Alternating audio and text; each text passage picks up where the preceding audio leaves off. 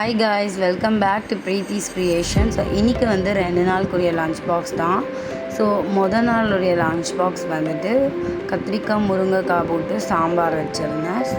Side டிஷ்க்கு வந்துட்டு potato வந்து ரவுண்டாக வந்து ஷாலோ ஃப்ரை பண்ணியிருந்தேன்.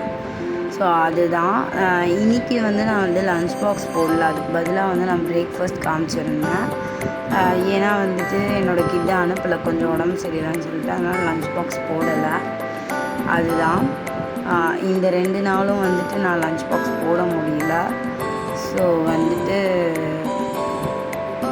கொஞ்சம் சப்போர்ட் பண்ணுங்கள், இன்னும் நிறைய சப்ஸ்கிரைப் பண்ணுங்கள். இன்னும் நிறைய வீடியோஸ் வந்துட்டு நான் லாங் வீடியோஸில் போடுறேன், நீங்கள் அதையும் பாருங்கள்.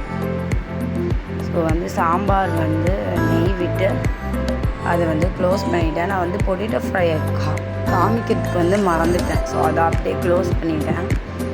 நம்ம போகிற அவசரத்தின் பரபரப்புனால நம்ம வந்து சீக்கிரமாக முடிக்கணும்னு தான் பார்க்கணும், அதனால நான் வந்து மறந்துட்டேன்.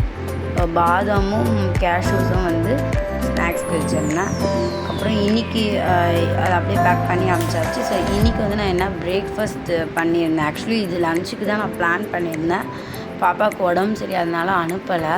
ஸோ இதுதான் சப்பாத்தி, அதுக்கப்புறமா கோஸ் வந்து பொடியாக வந்து பொரியல் மாதிரி பண்ணியிருந்தேன். ஆனால் அது நம்ம ஜஸ்ட் இதுக்காக பண்ணியிருந்தேன், சப்பாத்திக்காக பண்ணியிருந்தேன்.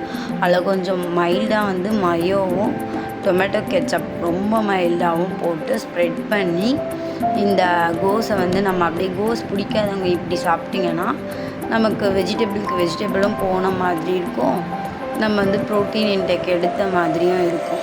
So thank you.